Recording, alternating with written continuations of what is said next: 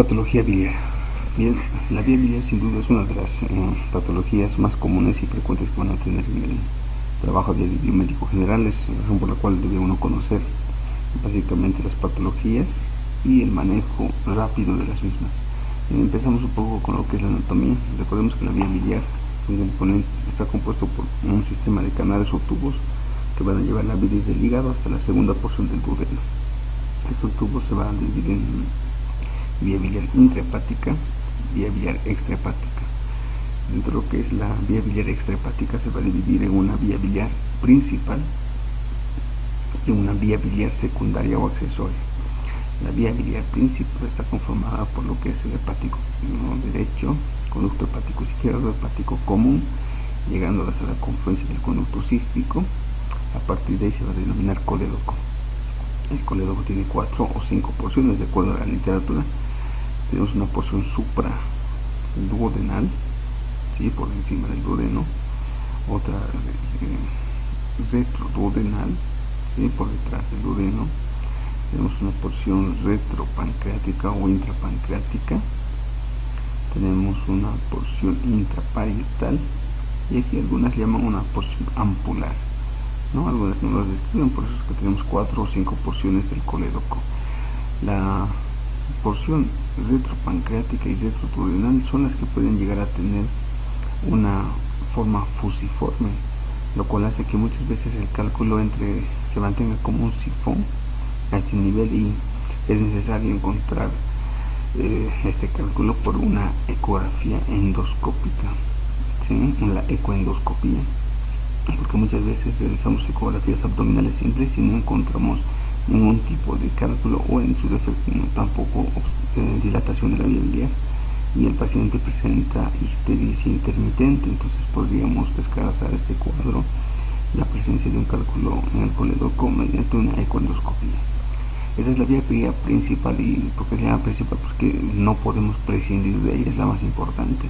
Pero tenemos la vía biliar accesoria, que sirve básicamente como reservorio de la bilis, ¿sí? Vemos que el proceso de la bilis o el camino de la bilis sería desde el hígado hasta la segunda porción, llega hasta la ampolla, el esfínter de Oddi evita que pase directamente hacia la segunda porción. Entonces se torna y se va llenando la vesícula de bilis hasta que, por efecto de consumo o ingesta de alimentos grasos, se libera colecistocinina, lo que hace que se contraiga la vesícula y además que se aperture lo que es el esfínter de Oddi, así que la bilis llegue a la segunda porción del duodeno y se mezcle con el alimento ingerido. Bien, es lo que pasa normalmente, pero muchas veces cuando la vesícula se estanca o existe una secreción excesiva, ¿no?, de colesterol, de excreción excesiva de colesterol y almacenamiento en el mismo, se pueden formar cálculos. Entonces estas coleritiasis, que se llaman, pueden condicionar patologías varias, razón por la cual se puede prescindir de esta vía biliar accesoria. Es por eso que se llama vía biliar secundaria o accesoria. Está conformada por la vesícula biliar y el conducto cístico.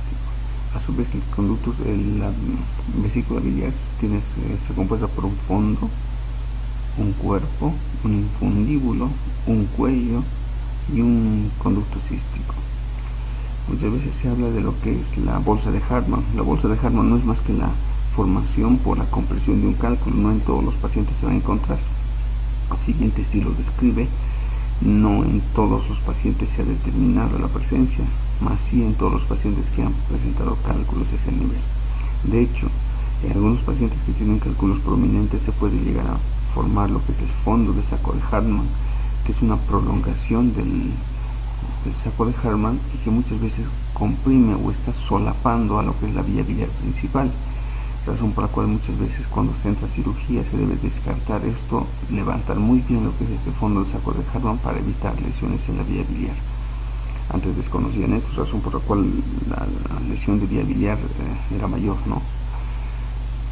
Con relación a la fisiología, pues no es más que la formación de los hepatocitos de bilis, que van a ir a lo que es a los espacios de Zappert y van a poder drenar lo que es el bilis a nivel de conductos hepáticos, ¿no?, intrahepáticos.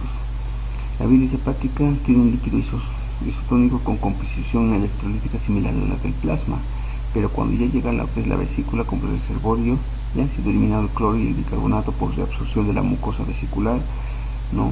Y al final queda con una composición de 82% de agua, ácidos biliares 12%, lecitina y fosfolípidos 4% y colesterol 0,7%.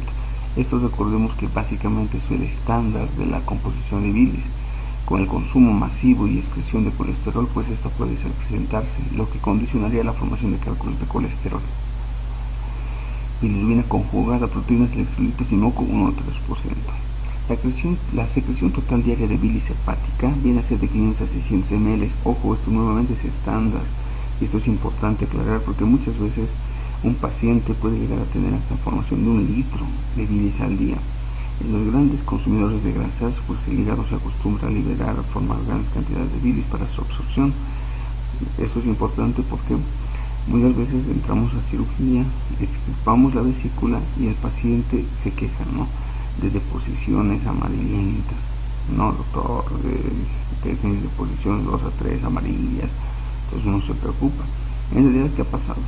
Como el paciente generaba esas tales cantidades de bilis por la necesidad de ingestión de grasas y se almacenaban en la vesícula, este ya no la tiene, entonces la mayor parte va directo a lo que es la segunda porción del duodeno y va eliminándose sin necesidad de consumo de grasa. De hecho, los primeros 7 días se restringe de alimentos grasos después de una colecistectomía o extirpación de la vesícula, y esa bilis llega a lo que es el tubo gastrointestinal y es eliminado por un efecto osmolar, arrastra un poco de líquido, lo cual da diarrea o deposiciones amarillentas. Esto generalmente va a durar solo 2 semanas máximo, hasta que el cuerpo se vaya acostumbrando, pero es necesario decirle al paciente que esto puede pasar. Lo que yo hago simplemente es mantener una dieta preoperatoria en caso de no ser emergencia, obviamente. Estamos hablando de una cirugía electiva, le pedimos al paciente que guarde 1 semana o 2 semanas de dieta hipograsa para evitar de forma súbita o de forma profusa estas deposiciones. Bien, la composición y secreción de la bilis, ya por peso seco, los ácidos cólicos que son importantes para evitar la formación de cálculos, pues tenemos cólico, que no es desoxicólico, uso desoxicólico, litocólico y desoxicólico. Sí, son las sales biliares que nos ayudan bastante a la formación. Lamentablemente, por un proceso o alteración metabólica o de tubo gastrointestinal podemos tener disminución de los mismos y producción o favorecer la producción o la formación de cálculos, al igual que la proteína lecitina, que también nos ayuda a evitar. Recuerden que el colesterol y la bilirrubina, en su defecto, cuando son muy elevados en concentración, pueden producir cálculos de bilirrubinato asociados al calcio, bilirrubinato cálcico, o cálculos de colesterol, que son los principales cálculos que podemos encontrar en un paciente. La regulación del flujo biliar, pues, existen 3 mecanismos: el transporte activo de los ácidos biliares desde los hepatocitos a los canalículos, el transporte activo de otros aniones orgánicos y secreción colangiocelular. Los ácidos biliares, pues, primarios tenemos el cólico y el desoxicólico. Se sintetizan en el hígado a partir del colesterol. Son conjugados con glicina o taurina y se excretan a la bilis. Recuerden que son factores protectores. Los ácidos biliares secundarios, desoxicólico y litocólico, se forman en el colon. Eso es lo que le caracterizaron los primarios en el hígado, los secundarios metabolito bacteriano que se forman en el colon. Son detergentes que forman agregados moleculares llamados micelas. ¿Por qué es importante esto? Porque mantienen en suspensión, ¿sí? Mantienen en suspensión el contenido vesicular, lo que evita que se precipiten y se formen cálculos. ¿Sí? Eso es lo importante. Porque si no hay este proceso que forma micelas, es decir, que los mantenga en suspensión, pues precipitan, se cristalizan y forman cálculos. Y así se forman los cálculos. Bien, la función de la secreción biliar es necesaria para la digestión y absorción de lípidos. De hecho, hay muchas vitaminas que son básicamente importantes para el cuerpo. El acrónimo ADEK, ¿no? Vitamina A, D, E, K, básicamente se absorben. Recuerden que todas son importantes para los factores de coagulación. La vitamina K es sustancial. Es el rol central de la homeostasis del colesterol corporal. Miren, es algo muy básico esto. El colesterol siempre va a ser eliminado, ¿no? Y algunas veces a un paciente, ¿no?, puede llegar a su consulta y decir: doctor, yo empiezo a hacer dieta, empiezo a hacer ejercicio, ¿y por qué me ha dado? ¿Por qué tengo cálculos en la vesícula si ya no como grasa? Bien, el colesterol no se elimina por evaporación y por la orina, se elimina a través de la vía biliar, a través del hígado, ¿no? Entonces, supongamos que el paciente empieza a eliminar bastante colesterol por ejercicio o por diferentes, tal vez algunos test, el famoso té verde que consumen, pues este colesterol se va a eliminar por la bilis. Entonces, si bien el paciente no está consumiendo colesterol, pues está eliminando colesterol en mayor cantidad, y esto condiciona la formación de cálculos, ¿sí? Entonces, de ahí viene la formación de cálculos en aquel paciente que está disminuyendo de peso de forma rápida. De hecho, es uno de los factores de riesgo. Disminuir rápidamente de peso condiciona la formación de cálculos. Entonces, la excreción de cianobióticos, liposolubles y toxinas endógenas son importantes que solamente a través de la bilis se pueden eliminar. El rol inmunológico por la secreción de la inmunoglobulina. Recuerden, todas las mucosas de todo el cuerpo eliminan inmunoglobulina, al igual entonces que la mucosa o el epitelio mucoso de la vía biliar. El estímulo para el transporte de agua y electrolitos en el intestino delgado y colon, que favorece mucho con esta secreción. Proporciones anormales de ácidos biliares y lecitina favorecen la precipitación de cristales de colesterol en la bilis, que es lo que ya se había explicado. Entonces, la circulación enteropática para los ácidos cólicos es sumamente importante. El 100% de los ácidos cólicos se reabsorben si a nivel del hilo terminal.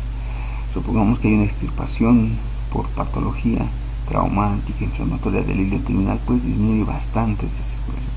Y muchas veces se debe explicar al paciente que puede llegar a tener cálculos o algún otro tipo de alteración a nivel orgánico, ¿no? Funciones de la vesícula biliar y de los esfínteres. Durante el ayuno, el esfínter diodio ofrece una zona de resistencia a alta presión de paso, lo que les había indicado, que por eso es que no toda la bilis llega a la segunda porción del duodeno. Se llega hasta acá, se retorna y se almacena en lo que es la vesícula biliar.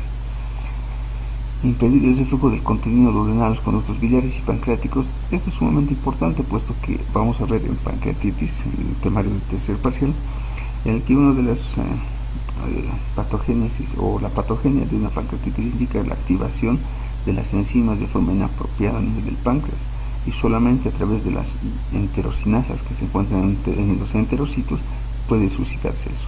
Pero si una de estas enterocinasas, enzimas que activan las enzimas pancreáticas, pasa del duodeno al páncreas, pues puede activarlas, ¿no? Entonces estos esfínteres impiden, mejor dicho, este reflujo. Permite que la vesícula se llene de bilis 30-50 ml aproximadamente, aunque existen vesículas que pueden más 100 ml, los megavesículas. Efecto de la colecistocinina. Cuando uno consume alimentos grasos y estos alimentos grasos pasan de lo que es el antro a la primera y segunda porción de duodeno, pues se libera la colecistocinina. La colecistocinina tiene muchos efectos potentes, uno de los cuales es la contracción de la vesícula biliar, ¿ya? Esto origina el inicio del dolor o cólico biliar. Mira, supongamos que el cálculo tiene aquí una piedrita, digo que el paciente tiene aquí una piedrita, un cálculo. Consume alimentos grasos, pues la vesícula se contrae, y eso es un efecto natural. Al contraerse, empuja esta piedrita hasta el infundíbulo. Llega al infundíbulo y se obstruye. Pues la vesícula nota esto como una obstrucción común, ¿no? Y siempre toda víscera hueca en el organismo, al encontrar una obstrucción o una alteración en el paso, pues trata de vencer. Si eso es un acto reflejo, lo va a hacer siempre. Intestino delgado, estómago, no lo va a hacer. En menor medida colon lo hace, pero todo tubo gastrointestinal intenta hacer. Entonces contrae y genera dolores espasmódicos, aprieta, suelta, ¿sí? Muchas veces se enclava tanto esa misma contracción al cálculo que genera un cuadro de colecistitis aguda que debe ser operado de forma urgente, ¿no? Disminuye la resistencia del esfínter de Oddi, entonces se abre el esfínter de Oddi y esto bilis que normalmente está almacenada pues va a salir hasta la segunda porción del duodeno. Incremento la secreción hepática de bilis y estímulo del flujo del bilis al duodeno. Entonces básicamente esas son las funciones de la colecistocinina o los efectos. Enfermedades de la vesícula biliar. Tenemos muchas, entre las cuales tenemos las enfermedades congénitas. Miren, hay muchas patologías congénitas, más aún de la vía biliar accesoria que de la principal. Tal vez las más comunes tenemos el 10 a 20% de la población puede tener vesícula engorrofrígeo, Muchas veces tenemos una vesícula que está acodada en el fondo, ¿sí? Aquí tenemos la vesícula, el fondo está sobre el cuerpo.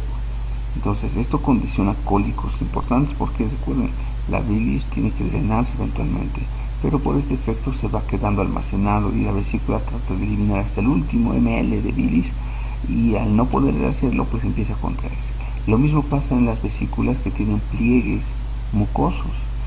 Se estanca bilis y la vesícula trata de eliminar toda la bilis y genera dolores o cólicos. Muchas veces tenemos pacientes que no tienen cálculos, algo mucho vado biliar, pero tienen cólicos biliares. Es una buena ecografía y se encuentran pliegues o septos en la vesícula.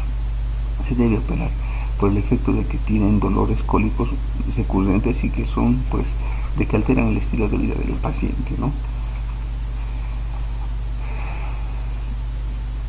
Hay patologías también que tal vez las más importantes de recordar son alteraciones de la vía biliar principal.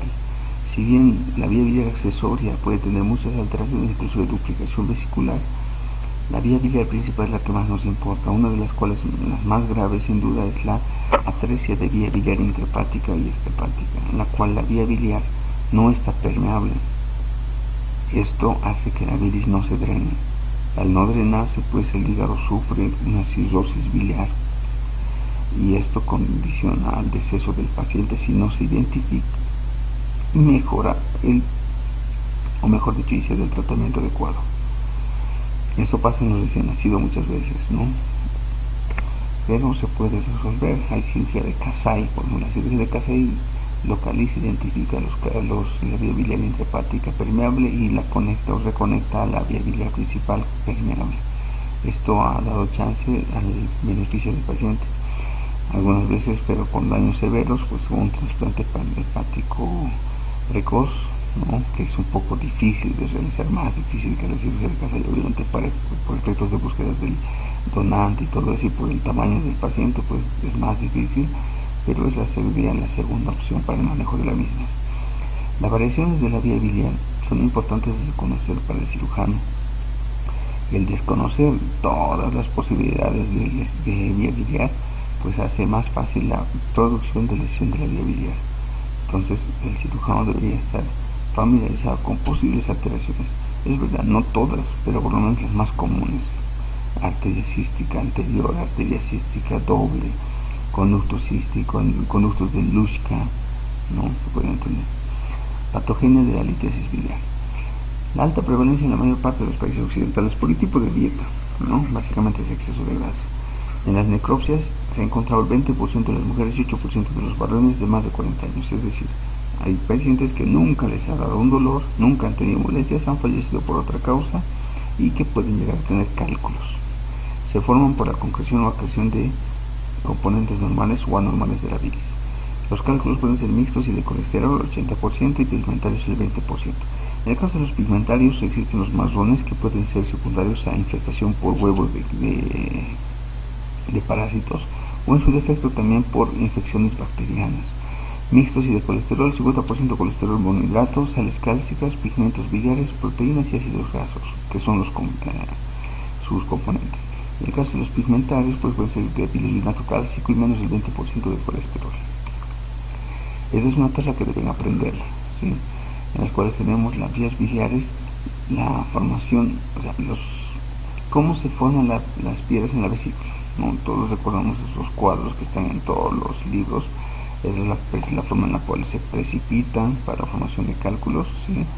Esa es la famosa, el triángulo de Admiral-Small, en el cual se identifican los tres componentes básicos: colesterol, ¿no?, lecitina y ácidos biliares o sales biliares, cuyos componentes disminuidos o aumentados favorecen la precipitación de cálculos.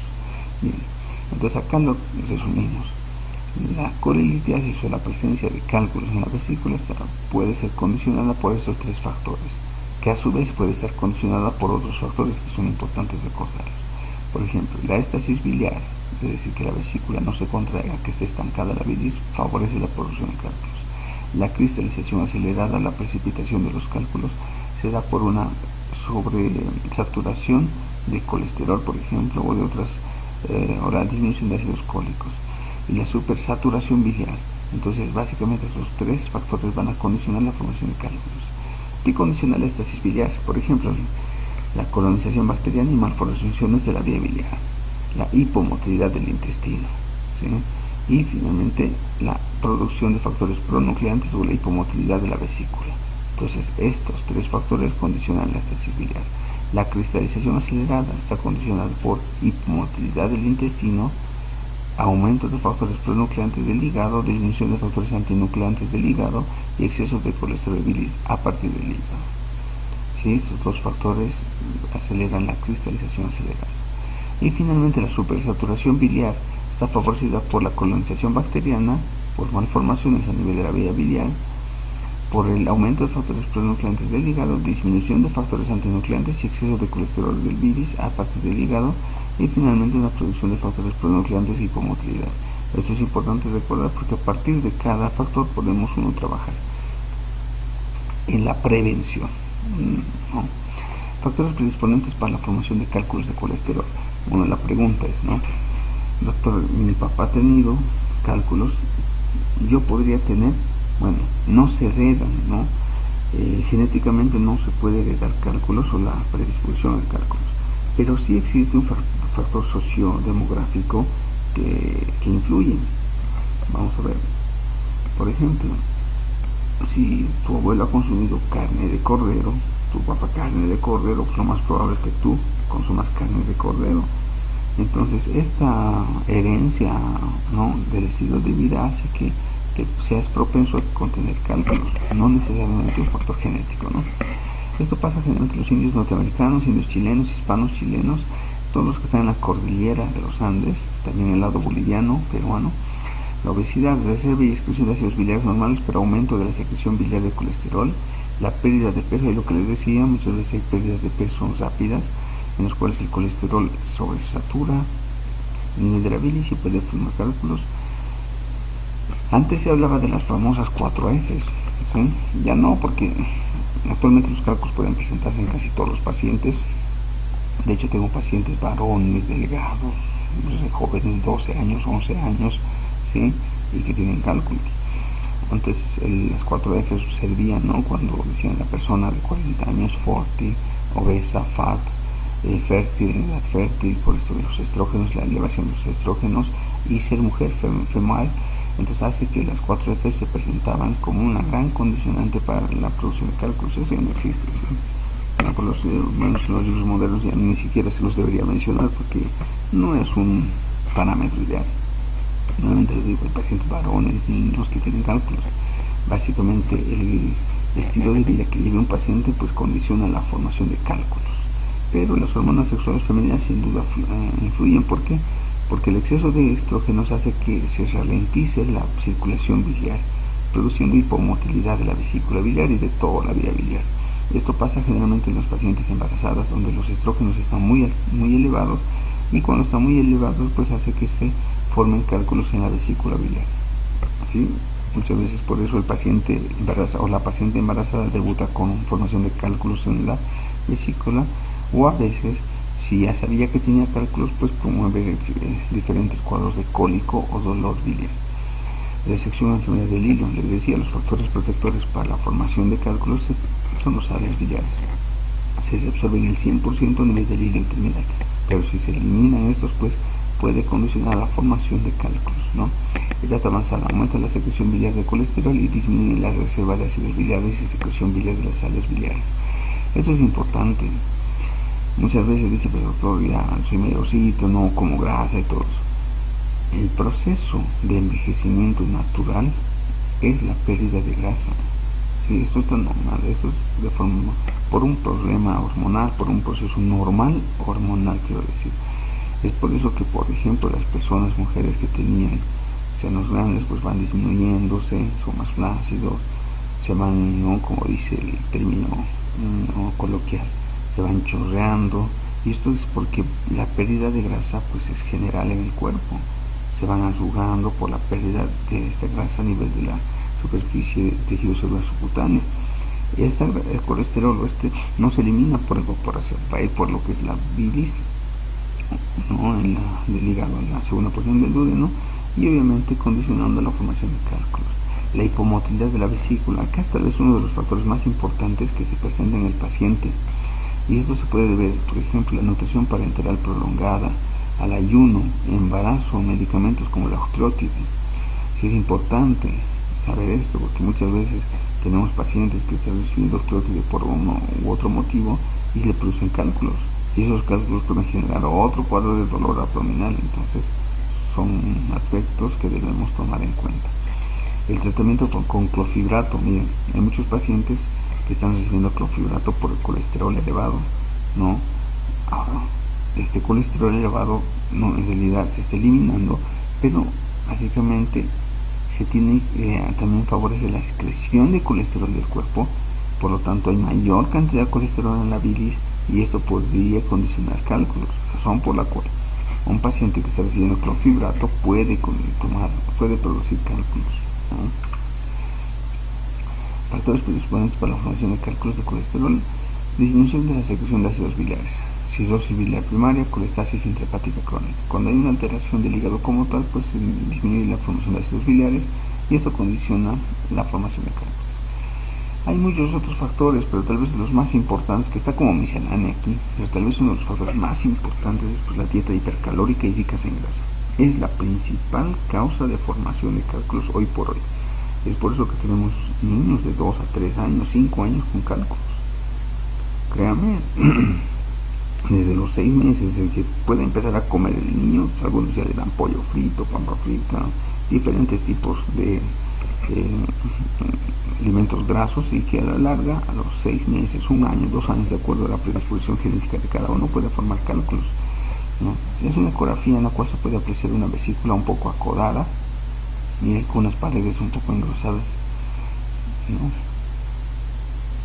y la presencia de una imagen hiperecogénica con una famosa sombra acústica. Esta es una ecografía clásica de una colelitiasis, ¿no?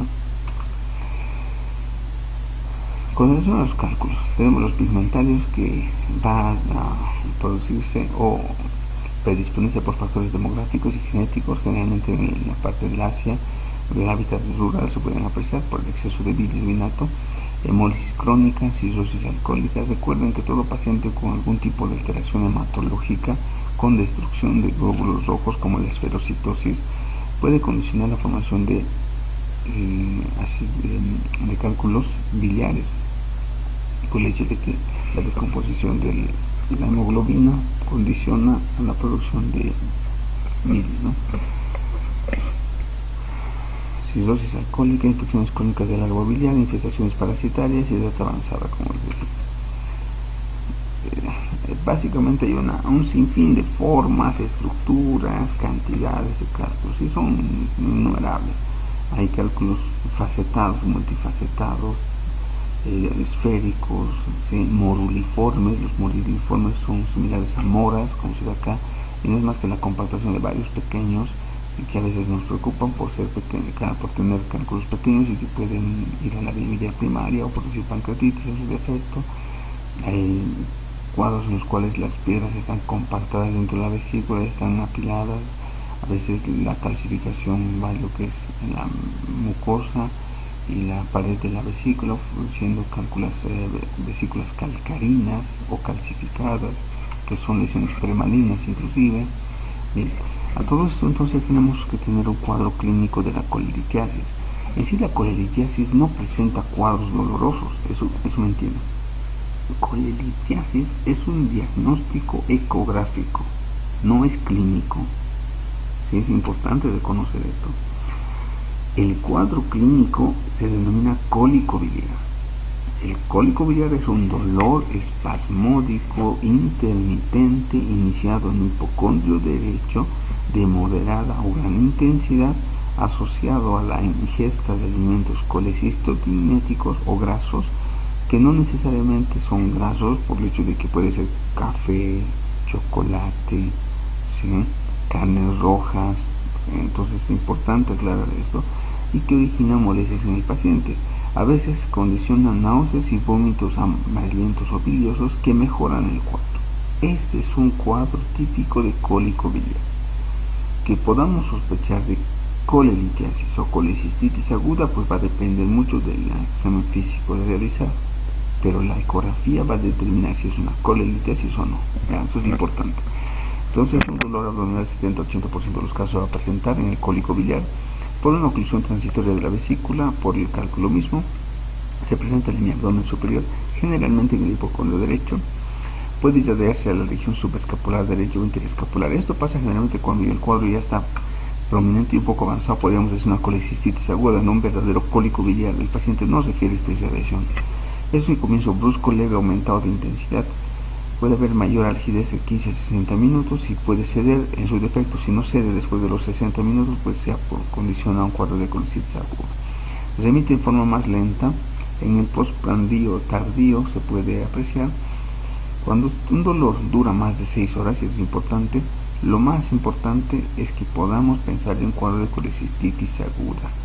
Es decir, si un dolor cólico biliar, quiero decir, dura menos de 6 horas, lo más probable es que haya sido un cólico biliar únicamente. Debe estudiarse, el paciente debe ir al consultorio y si realizarse una ecografía y de encontrarse cálculo se debe operar. Sí, así está la norma, no podemos esperar. Pero si el paciente tiene un dolor de más de 6 horas, 8, 10, 12 horas con dolor, se realiza una ecografía de emergencia, se evidencia el cálculo, pues se debe operar en ese momento. Puede acompañarse de transpiración, náuseas y vómitos, esto como reflejos vagales por el dolor. No complicada. No se acompaña de fiebre, leucocitosis ni afectación hemodinámica. Y la complicada, claro que se acompaña de fiebre, que pasa generalmente después de las 48 horas. Existe leucocitosis y obviamente hay una afectación hemodinámica. El tercio de los pacientes puede haber una sensibilidad a la palpación en epigastrio o hipocondrio derecho.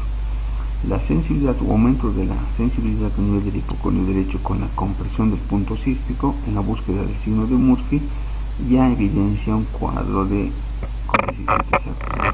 Recordemos que el signo de Murphy no es más que la compresión del punto cístico mientras pedimos al paciente que inspire.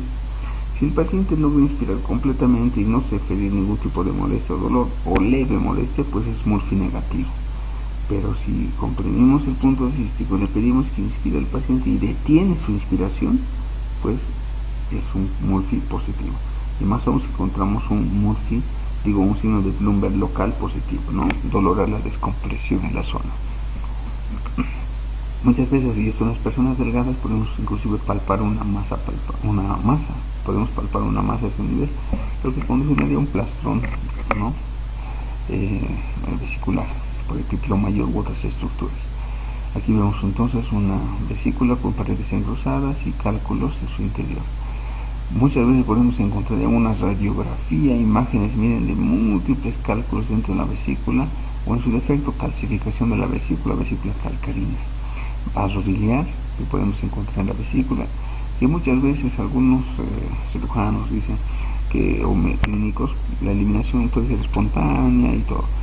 En mi experiencia y en muchos libros, la vaso biliar es asociado a microlitiasis importantes, razón por la cual cuando existe vaso biliar denso, tal vez en 2 controles en un mes y se mantiene lo que es el vaso biliar, sería bueno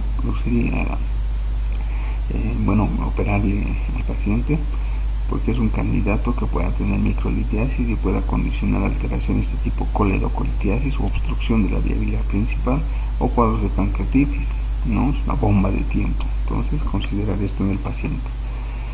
El tratamiento del cólico biliar asociado a colelitiasis, asociado a colecistitis aguda o colecistitis crónica o colecistitis crónica litiásica reagudizada es pues la quirúrgica. Entonces, si el paciente, ese es el ciclo. Si el paciente viene con un dolor clásico de cólico biliar, tenemos el aspecto de que si le calma o no le calma con un antiespasmódico. Si no le calmara, pues lo más probable es que sea una colecistitis aguda y en la ecografía corroborado esto debe intervenirse quirúrgicamente. Las guías de Tokio dicen que podemos operarlo hasta las 72 horas. No estoy de acuerdo, muchos cirujanos no están de acuerdo porque muchas veces esperando el cuadro o enfriando el cuadro podemos tener cuadros graves al operar al tercer día. De hecho, es fácil operar un cuadro hiperagudo porque está con un edema de la pared hay una disección, una hidrodisección de la pared, lo cual facilita la disección de la vesícula. Bueno, algunos dicen que debe esperarse, debe esperar complicaciones para decir operarla. Pues no, ahí está, ¿no?, la dualidad, y que uno tendrá que ver diferente literatura para optar por una. Con relación al cuadro que cede, no hay dolor, bueno, el paciente puede pasar por consulta externa y programar su cirugía, ¿no?, de forma electiva. Supongamos que tiene un cuadro de colecistitis aguda con músculo positivo, con fiebre, pues el paciente se tiene que operar. Existen cuadros en los cuales el paciente presenta dolores severos, va a una farmacia, toma un calmante, toma otro calmante y decide mejora el cuadro. Nunca va al médico, ¿no? Y así va doliéndole años. Esto es una colecitis crónica.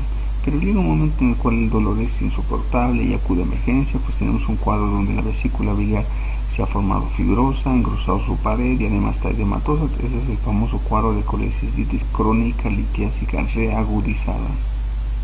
¿Sí? Entonces tenemos ya los tres cuadros. En cualquiera de los posibles cuadros encontrarse cólico biliar, colelitiasis, colecistitis aguda, colecistitis crónica litiásica, colecitis crónica litiásica reagudizada. El tratamiento es quirúrgico. No existe tratamiento médico. El único tratamiento médico tal vez está aceptado es el vaso biliar asociado a cólicos biliares no recurrentes, en los cuales sí podemos darle el ácido uso desoxicólico y mejora básicamente la posibilidad de formar cálculos.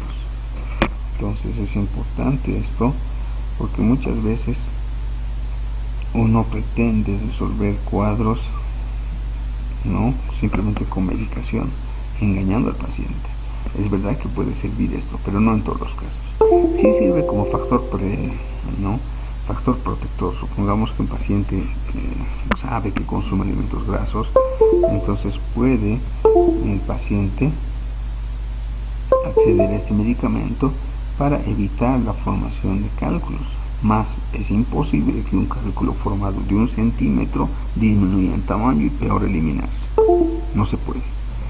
Hay medicación natural, naturista, que conocen en mi país, en el cual indican, ¿no?, el famoso brebaje, aceite de oliva con limón, el famoso elimina piedras, rompe piedra que conoce. Lo que condiciona pues es atrozmente graves complicaciones. Efectivamente esta combinación hace que se contraiga la vesícula. Cuando son cálculos biliares pequeños o vaso biliar, muchas veces es eliminado la vía biliar principal con mucha molestia, dolor, y es eliminado la segunda porción de doble. No es verdad, pero eso es jugar una ruleta rusa. ¿Qué pasa si son varios calculitos o vaso biliar muy denso? Se obstruye a nivel del coledoco, pues ya tenemos una coledocolitiasis que debe ser resuelta con una RCP. Más gasto para el paciente, obviamente, o lo peor, puede llegar hasta la desembocadura de lo que es el conducto de Birsumpan o el conducto principal pancreático y obstruirlo, producir una pancreatitis. Llega a nuestro centro varios pacientes con pancreatitis y tienen este antecedente, ¿no?, de haber tomado este brebaje. El tratamiento entonces actual es para todos estos cuadros la colecistectomía, y dentro de dos tipos de colecistectomía tenemos la abierta y la laparoscópica. Por mucho la laparoscópica ya ha ganado a la cirugía abierta. De hecho, solamente tenemos dos indicaciones para la colecistectomía abierta. Tenemos cuadros sospechosos o altamente sospechosos de cáncer vesicular, y en la cual el paciente o el cirujano no sepa la laparoscopía. Si el paciente opera abiertas muy bien, pues que opera abiertas y le va a ir muy bien, y el paciente no va a tener ninguna complicación. De hecho, la colecistectomía abierta también es tratada casi como una colecistectomía laparoscópica. Actualmente hay cirujanos que hacen cortes pequeños, ¿sí?, de 3 a 5 centímetros, obviamente de acuerdo al paciente.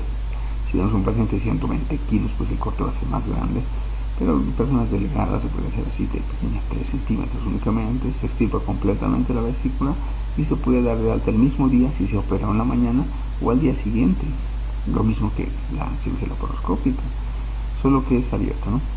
En relación a la cirugía laparoscópica, los beneficios pues son magros. Actualmente se está optando por hacer inclusive cirugías en las cuales se deja de optar los trocales o los puertos normales, ¿sí?, En la cirugía laparoscópica rutinaria se utilizaban 4 puertos, 10 milímetros a nivel del ombligo, 10 milímetros a nivel del epigastrio, 5 milímetros a nivel de la línea medio clavicular suprahepática y 5 milímetros a nivel de la línea axilar media o anterior, y puede ser paraumbilical o más superior a la misma para las diferentes trocas. Algunos optan por usar solamente un trocar acá, por lo tanto tenemos 3 puertos. Algunos optan por tener una óptica o una clipadora de 5 milímetros. Por acá normalmente la clipadora que se aplica es de 10 milímetros, por eso es que es de 10 milímetros. Pero algunos tenemos clipadora de 5 milímetros, entonces es un corte de 5 milímetros, 5 milímetros. Algunos están optando por hacer cirugías en las cuales tenemos aquí esta pinza que nos ayuda a retraer la vesícula con imanes. Entonces solo hacemos aquí un corte de 5 milímetros, y aquí del ombligo, que puede ser hasta 10 milímetros, pero aunque ni se va a notar porque lo vamos a ocultar bien, es un corte de 5 milímetros únicamente estaría descrito. Entonces así van disminuyéndose la cantidad de cortes o la extensión del corte para tener resultados más estéticos, aunque la cirugía es la misma. Entonces hoy por hoy la cirugía o la colecistectomía laparoscópica es el gold estándar. Desde 1985 u 86 se ha establecido que la colecistectomía poco a poco ha sobrepasado a la cirugía abierta por mucho. La mortalidad es ínfima, miren, de 0,03%. En relación a la colecistectomía laparoscópica 0,07%, pero se ha igualado, ¿no?, por mucho. El 3 a 5% necesita conversión abierta. Esto pasa rara vez, pero sí pasa cuando el cirujano casi es vencido por el cuadro, hay un plastrón, hay sospecha de lesión de vía biliar, es difícil el acceso, qué sé yo, sí puede pasar, y el cirujano se da cuenta a los 10 minutos máximo de que el cuadro no va, ¿no? Uno trata de encontrar, no encuentra estructuras, todo es mejor abrir para evitar lesionar la vía biliar. Las complicaciones más graves son la lesión de la vía biliar, que se pueden presentar entre 0,14% y 0,5% de acuerdo el centro hospitalario. Pero realmente la cirugía laparoscópica pues inclusive ha sido tan aplicada. Normalmente en el centro en el cual yo trabajo por lo menos lo realizamos 7 veces a la semana, y por tantos años ya se ha establecido un protocolo de ultra corta permanencia. ¿Qué significa? El paciente o los pacientes operados, porque se pueden operar 2 a 3 en la mañana, empezamos a 8 de la mañana y a las 3, 4 de la tarde pues ya se están regresando, se están yendo a la casa, caminando, comiendo. Es una gran belleza, ¿no? Al día siguiente recuperan y a los 5 días ya están empezando a trabajar o menos, ¿no? Entonces estos son los beneficios para evitar la sobrecarga, ¿no?, en los hospitales. Antes los mantenían 3 días internados, entonces esto perjudica el flujo de pacientes en una clínica. Supongamos que es un seguro, sobresatura el seguro, mantiene siempre camas ocupadas. En este caso no, y obviamente el confort del paciente es importante, ¿no? El paciente prefiere irse a su casa, descansar en su casa, ¿no? Tratamiento como les decía, con medicamentos como el ácido desoxicólico, pues sí sirven, pero en cuadros preventivos y en los cuales se encuentra vaso biliar denso, ¿no?, que sí podría ser útil. Este es un algoritmo que se manejaba con el paciente con colelitiasis. Si es asintomático, pues una actitud expectante, decía, pues esto es un engaño total. ¿Por qué? Porque supongamos que el paciente no le duele. El cálculo por sí tiene efectos deleterios en el paciente, como cuáles.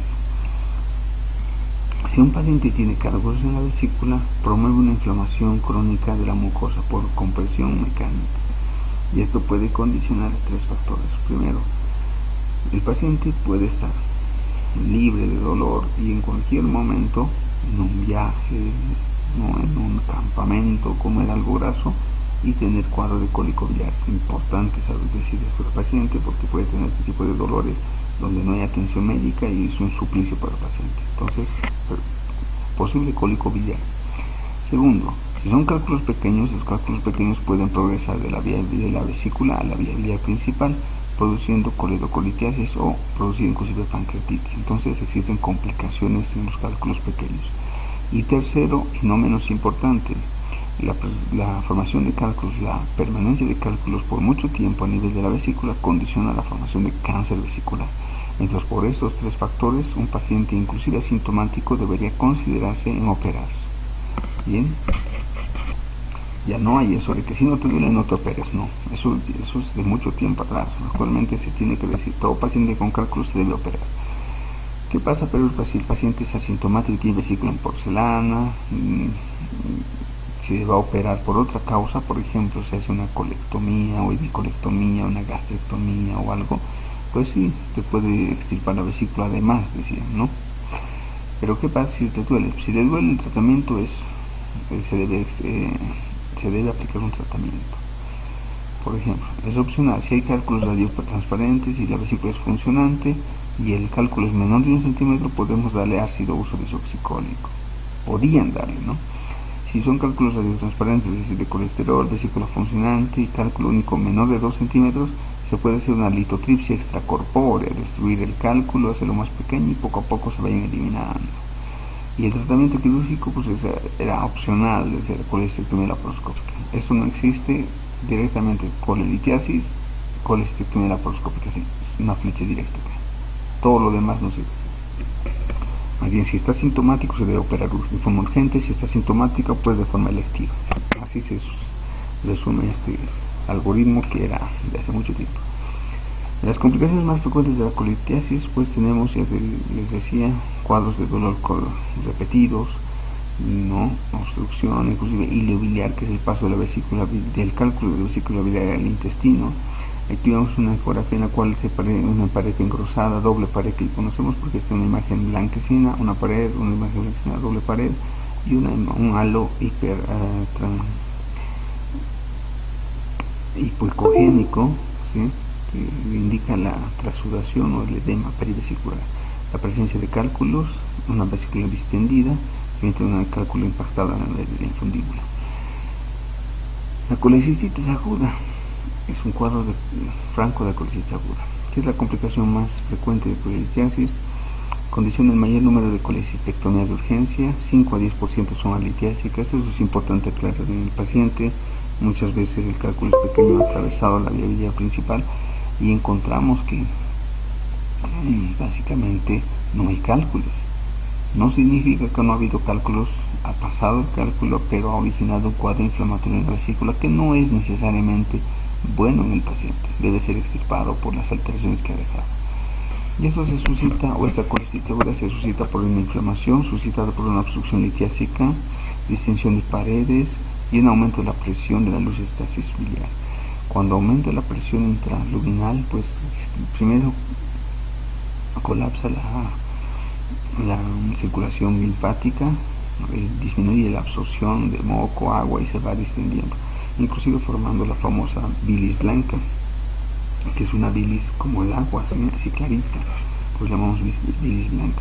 Pero esta puede llegarse a infectarse y producir inclusive pus, piocolecisto. La colecitis aguda es una infección bacteriana, entonces, si bien la colecitis aguda en el inicio es un proceso estéril que condiciona mucho dolor, pues se puede llegar a infectar y básicamente tiene complicaciones serias, ¿no? Como un empiema, sepsis, gangrena o perforación de la vesícula. El 30-50% de los cultivos de bilis tenemos la E. coli y la Bacteroides fragilis como principales gérmenes. De hecho, la Bacteroides fragilis está ganando a la E. coli en presentación en los últimos cultivos que tenemos en nuestro centro. Eso es importante saber qué bacterias son comprometidas. ¿Por qué? Porque en un preoperatorio o durante la cirugía debemos realizar manejo con antibióticos que van a ir a pegar a las E. coli gram negativo o al Bacteroides fragilis, que es un anaerobio. Entonces tenemos cefalosporinas de tercera generación o aminoglucósidos y a los nitroimidazoles para tratar al paciente. Entonces, colecitis aguda litiásica se puede presentar en aquellos pacientes que no tienen cálculos, ¿sí? Por eso se llama litiásica. Y estos pueden presentarse en los pacientes con inestabilidad hemodinámica, ayuno prolongado, una reducción parenteral prolongada, lo que condiciona una estasis biliar. Hay una concentración de sales biliares y una isquemia por vasoconstricción esplénica. Ambos factores lesivos en la mucosa de la vesícula biliar, lo que condiciona una inflamación de la misma, una colecistitis aguda.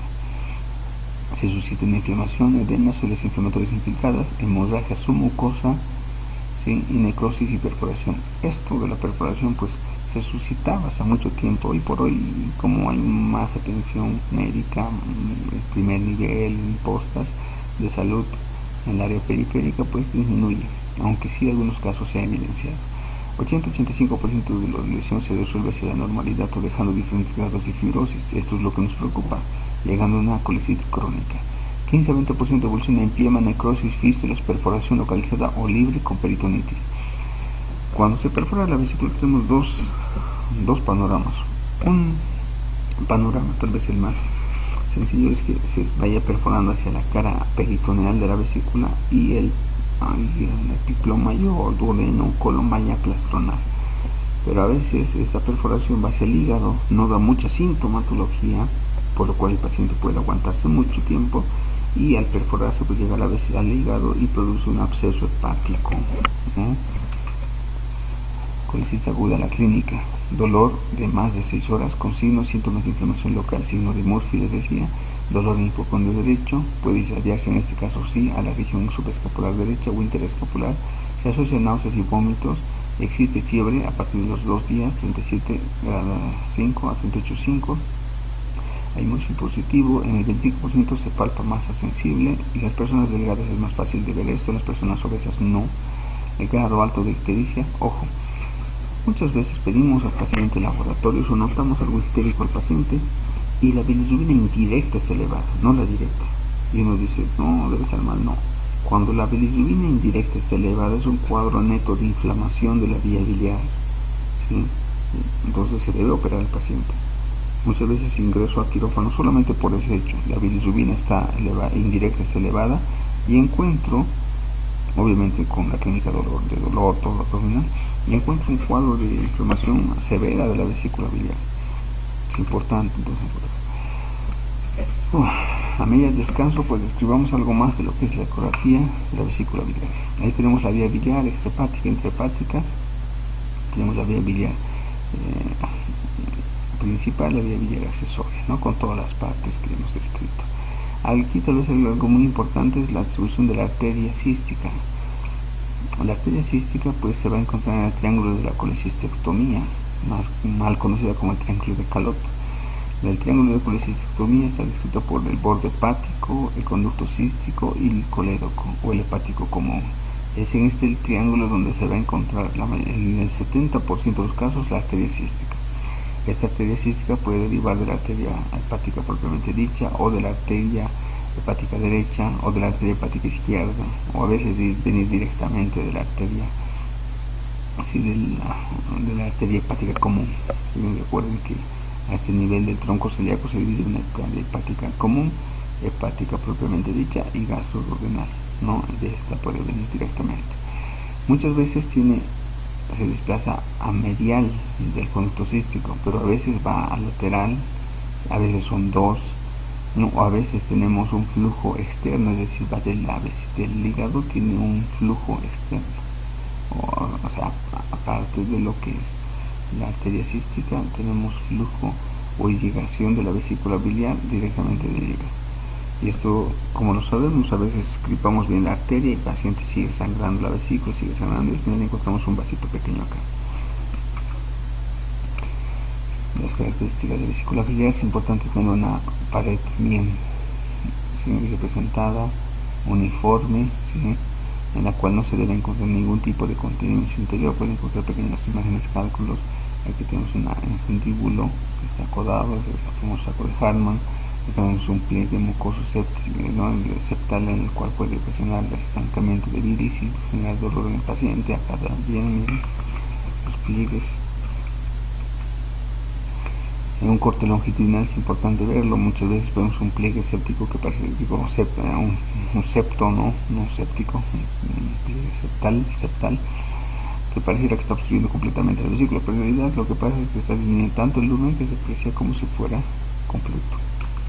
No, está.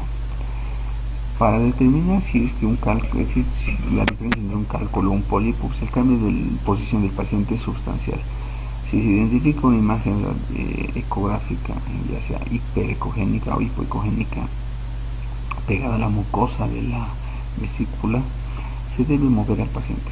Si se mueve el paciente y esta imagen se mueve también, pues es un pólipo. Pero si no se mueve, lo más probable sea un pólipo.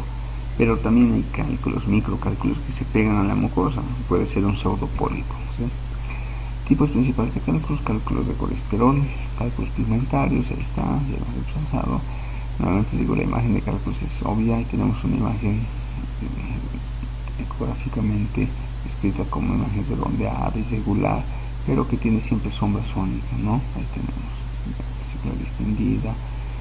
La mejor forma de pedir una ecografía, y eso deben pedir a sus pacientes si es que la van a realizar de forma electiva, es en ayuno.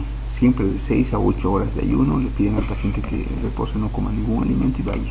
¿Para qué? Para tener una vesícula completamente distendida, llena de bilis, y que va a favorecer la visualización de pequeñas imágenes. Obviamente en emergencias pues pedimos al paciente, y nuestro labor es encontrar cuadros de inflamación aguda para entrar a cirugía. Pero si el paciente ya ha pasado con el dolor, no le está doliendo en ese momento, pues lo mejor es pedirle al paciente que tenga este ayuno para una buena ecografía. Hay cálculos que pueden llenar, ¿no?, casi toda la vesícula y tener una sombra acústica grande. Miren, es una sombra acústica, pero que la suma de varios cálculos, ¿no?, es el nivel. Los principales diagnósticos diferenciales, pues tenemos pólipos de vesícula biliar y acúmulos de vaso biliar, que es importante discriminar de los pacientes, ¿no? Con sombra acústica y movilidad, pues son cálculos, ninguna otra patología, ¿no? Sin sombra y con movilidad puede ser vaso biliar, ¿no? Generalmente hay cálculos de menos de 3 milímetros. Esto es lo que les decía. Muchas veces hay clínicos, gastroenterólogos, que ven cálculos pequeños, o mejor dicho, ven vaso biliar, pero ignoran que puede haber cálculos pequeños menores de 3 milímetros, y los cuales nos pueden traer problemas, ¿no? Sin sombra ni movilidad, pues lo más probable es que sean pólipos. Y el diagnóstico diferencial pues va a ser vaso biliar, ¿no? El vaso biliar, miren, aquí está, denso, importante. Supongamos que esto lo realizan en el mes de abril y piden un control en el mes de junio. Si se mantiene la misma cantidad de aumento, pues se tiene que operar, porque miren, aquí tenemos vaso biliar, aquí ya se están formando pequeños microcálculos flotando a nivel del vaso, y acá se está precipitando, formando un verdadero cálculo. Aquí está el vaso biliar y aquí está el cálculo.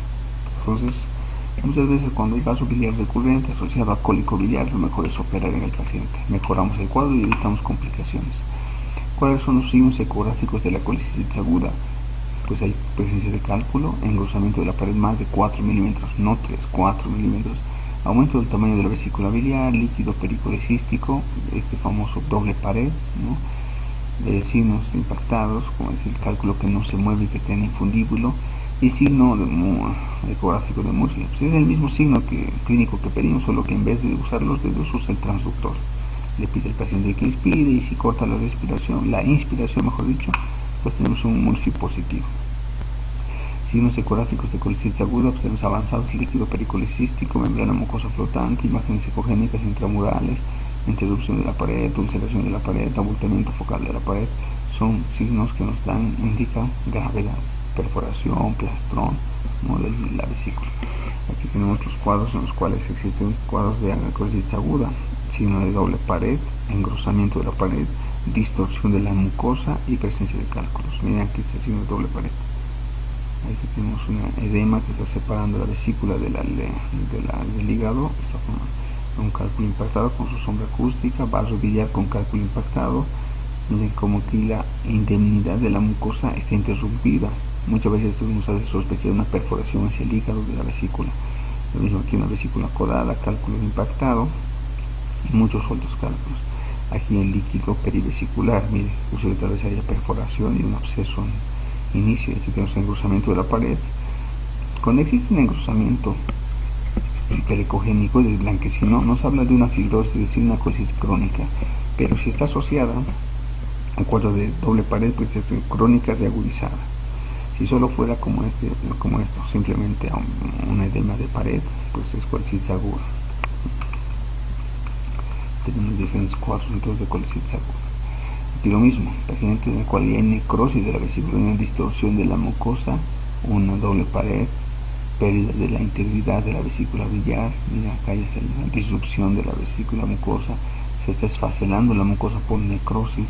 Acá también lo mismo, una distorsión, acá una distorsión con introducción de contenido a nivel del hígado. Estos son cosas, mira acá eso es la indemnidad de la vesícula, ha sido lo que ha habido una perforación en el hígado, lo que puede condicionar un absceso hepático, ¿sí? Cuadros avanzados de colecistitis aguda. Pólipos vesiculares, miren, son imágenes hipericogénicas o hipogénicas o heterogéneas que pueden estar pegadas a la mucosa. Como les decía, muchos sí son pólipos, pero la mayor parte pueden ser considerados pseudopólipos durante la cirugía o intervención, donde no se hallan los pólipos realmente, o a veces simplemente son pólipos de colesterol, la mayoría. Los pólipos, aquí vemos, fungosos o de forma musgosa, con hipervascularidad, se deben operar. Esto era el conocimiento previo. Había un protocolo que establecía pólipo menor a 1 centímetro no se debe operar, simplemente observar. ¿Observar qué? No, pero eso hay que observar. Pólipos mayores de 1 centímetro se deben operar, perfecto. Pero hemos encontrado a nuestros pacientes con pólipos hasta de 5 milímetros, 4 milímetros con displasia leve. Entonces, someterle a un riesgo a un paciente es innecesario. Supongamos que no es cálculo, es un pseudopólipo. Digo que no es pólipo real, es un pseudopólipo, es un cálculo pegado. Pues ya hemos dicho que los cálculos también deben ser operados. Entonces, mis recomendaciones: todo paciente que tenga pólipos debería intervenirse quirúrgicamente para evitar cualquier tipo de complicación. Ahora, si no se va a operar, por lo menos decirle al paciente que puede tener este tipo de complicación y el paciente decidirá si quiere o no quiere operarse. Obviamente esto siempre de carácter electivo, no es emergencia. El carcinoma vesicular, pues muchas veces es una masa centrada vesicular con colecistitis aguda. Poco a poco va distorsionando la estructura de la anatomía vesicular. Lo que les decía, muchas veces puede empezar a partir de un pólipo o la presencia además de un cálculo que puede estar distorsionando la anatomía, confundiéndose con el parénquima hepático y produciendo gran hipervascularidad. Estos cuadros son avanzados y que su manejo es complicado, ¿sí? Ahí vemos una imagen en la cual hay una adenomiomatosis en diferentes pacientes. Esta imagen en cometa es importante de reconocerlo. No es más que la introducción de mucosa en la capa muscular y que a veces puede encontrar un engrosamiento de la mucosa y que puede darnos una masa focal en el fondo de la vesícula biliar con múltiples quistes correspondientes a senos de Rokitansky y Aschoff inusualmente grandes, confundiéndonos con displasia, ¿no? Debe ser intervenido para saber qué es. Vesícula en porcelana, miren esta radiografía en la cual se aprecia la vesícula calcificada completamente. No, recuerden que si está calcificada la vesícula, pues toda la vesícula nos va a dar una sombra acústica, ¿no? Esta vesícula en porcelana es una lesión premaligna y siempre debe operarse, porque puede encontrarse un cáncer vesicular. Criterios de dilatación de la vía biliar intrahepática. Es importante aclarar que muchas de las patologías de la vesícula biliar inicialmente pueden conllevar a complicaciones en la vía biliar principal, y esta se puede dar con una coledocolitiasis, lo que condiciona una dilatación de la vía biliar. Al dilatarse la vía biliar podemos encontrar un engrosamiento del mismo, en sí un doble cañón o cañón de escopeta, en la cual tenemos una imagen vaso arterial y el conducto biliar. Y en acá mismo podemos encontrar inclusive cálculos en la vía biliar, coledocolitiasis, vaso biliar o aire, a veces aerobilia podemos encontrar en la vía biliar, es la aerobilia. Sí, clasificación de la arteria hepática en este caso. Y aquí tenemos presencia de aire en la vía biliar, aerobilia. Colangiocarcinoma, entonces es un carcinoma o cáncer en la vía biliar. Esto distorsiona la permeabilidad de los conductos biliares intrahepáticos, extrahepáticos, y que obviamente condiciona a cuadros de ictericia en el paciente, ¿no? Engrosamiento de la pared de la vía biliar, que puede deberse a diferentes cuadros, ¿no? Como una colangitis, ¿no? O procesos inflamatorios de la vía biliar. Enfermedad quística. La enfermedad quística pues es un cuadro muy raro, pero que el 10 a 15% de los pacientes pueden llegar a tener sin tener sintomatología alguna, pero en algunos casos pueden llegar a tener tantos quistes como quistes en la vía biliar principal, intrahepática y extrahepática, el famoso síndrome de Caroli, que puede estar condicionado a la presencia de cáncer vesicular o de la vía biliar principal.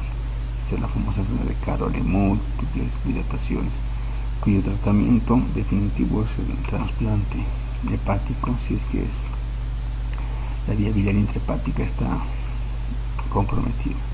El síndrome de Mirice no es más que una fístula que ya hemos visto antes en hillo biliar, ¿sí? Que es una comunicación de la vesícula biliar al colédoco o de la vesícula biliar hacia el duodeno o colon, ¿sí? Tenemos las famosas fístulas colecisto-colerianas hasta el grado 4, y el grado 5 es la famosa fístula colecisto-duodenal o colecisto-colónica, esto según Chendes, ¿no? La clasificación de Chendes que nos ha dado. Bien, después de haber repasado varias imágenes ecográficas, volvemos al cuadro. El tratamiento de la colecitis aguda es sin duda el mismo. Medidas generales: ayuno absoluto, depuración hidroelectrolítica, antibiótico terapia, ya sabemos para qué gérmenes, ampicilinas, cefalosporinas para el caso de los gram negativos, y para el caso de lo que son los anaerobios, pues metronidazol. Tenemos tratamiento definitivo de la colecistectomía, que debe realizarse, como decía, dentro de las 24 horas. Yo prefiero operarlas en su momento por el hecho de que puede haber complicaciones, y nuevamente en un paciente que está con un seguro de salud o con un paciente que está en el ámbito privado, pues mantenerlo mucho tiempo también es un costo agregado al paciente. Supongamos que el paciente llega con dolor 8 de la mañana, digo 8 de la noche, no 8 de la noche llega el paciente, mucho dolor, es valorado, 9 de la mañana, 9 de la noche empezamos a dilucidamos que es un cuadro agudo, lo operamos, ¿sí? Operamos 9:30, salimos 10 de la noche, el paciente descansa tranquilo, desayuna, buena tolerancia, camina, elimina gases, pues 11 de la mañana a la casa. Está menos de 24 horas en la casa, en el hospital, y ya se va a la casa. Pero ¿qué pasa? Si lo internamos, le iniciamos antibióticos, 8 de la mañana recién estamos empezando o pensando en operarlo, lo operamos y a las 5 de la tarde se va, pues ya son 2 días de internación. 2 días de internación, entonces complicamos un día de internación al paciente. Obviamente no en todos los pacientes podemos hacer esto, la mayor parte sí, pero si el paciente amerita quedarse una semana, aunque sea por cuadro séptico, pues se queda.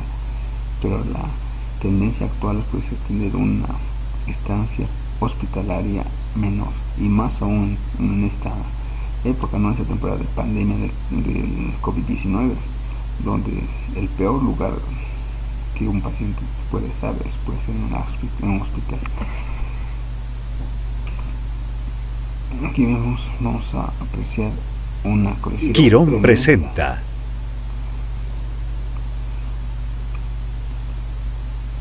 en los cuales vamos a apreciar la colocación de los trócares, una colecistectomía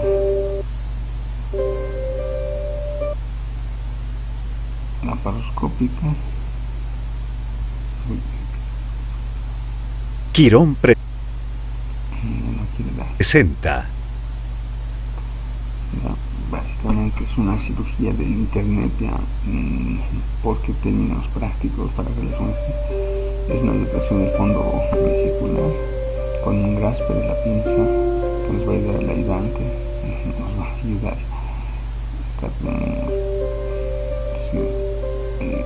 es una cifra sencilla de operar. Se identifica, esta es la pinza pato, esta es la famosa hook, miren cómo quema desde de 2 a 3 centímetros en monopolar. Es importante pues alejarnos de la zona de la vía biliar principal, que podemos quemarla, ¿sí? Pues ahí está, estamos bien separando, una acción muy temeraria, siempre traccionando y evitando, haciendo que el corte haga la disección, no la tracción. Muchas veces uno tracciona y ya se salva, entonces ahí está dividiéndose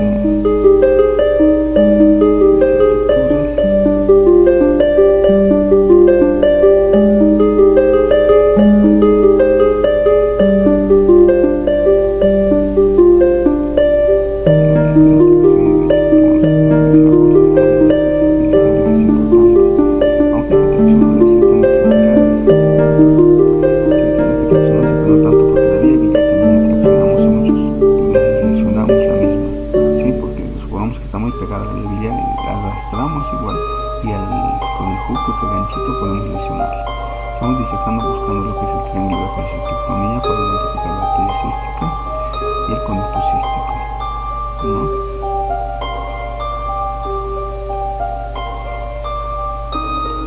Ahí está, ya se identifica el conducto cístico y la arteria, que es importante. Yo utilizo generalmente Mac Meridian, aplicando una gasita, ya se puede fácilmente, suavemente raspamos con la gasita, ya podemos identificar el conducto cístico y la arteria cística, y ya estamos para flipar y se medio si no tenemos tiempo. Ahí está, uso de tijera.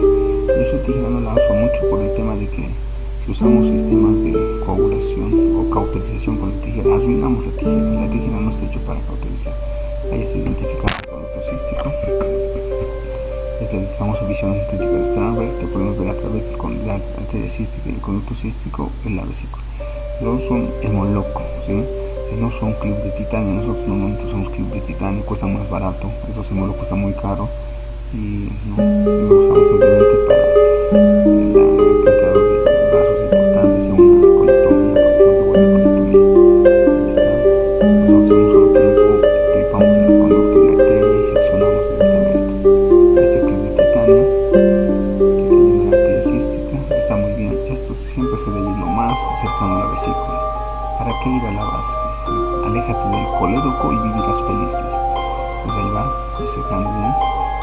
Lo importante es evitar el sangrado, evitar perforar la vesícula, pero aún así si se perforara la vesícula es mucho mejor que sangrado hepático. Muchas veces cuando la vesícula está empotrada, es decir, casi intrahepática, es improbable que nosotros sacamos una vesícula completa, porque yo prefiero mil veces perforar la vesícula, limpiar, lavar la cavidad un poco, causar un sangrado en el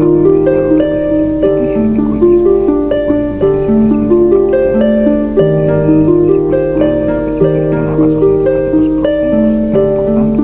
veces es difícil de cohibir. Obviamente lo mejor es sacar íntegramente la vesícula. Sí, encontrando el plano de Goda, ahí está el plano de Goda. Es una laxa, la cual simplemente con una pequeña tracción y aplicando cauterio pues se disuelve solito. Esta mano no debe ser tan torpe, ¿no? De las perforaciones del pato, porque puede lesionar, ¿no? Puede desgarrar y ocasionar sangrados. Lo mejor es evitar la perforación y evitar sangrado para que el paciente se vaya rápidamente a la casa. Ahí está, la completa disección de la misma. Bien, la colicitis crónica es una inflamación en la cual se ha tenido múltiples cólicos biliares, inclusive cuadros de colicitis aguda, pero se ha decidido mantener expectante el cuadro, o el paciente no ha querido ser sometido a intervención quirúrgica. La mayor parte de los pacientes hace esto. Entonces tenemos ecográficamente una vesícula engrosada, ¿no? Con paredes más de 4 milímetros, pero que no tienen cuadros agudos, no hay doble pared, y tenemos un cálculo. Muchas veces las colicitis crónicas desemboca una vesícula calcarina. Aquí vemos ecográficamente una vesícula calcificada, tomográfica una vesícula calcificada, radiográfica una vesícula calcificada.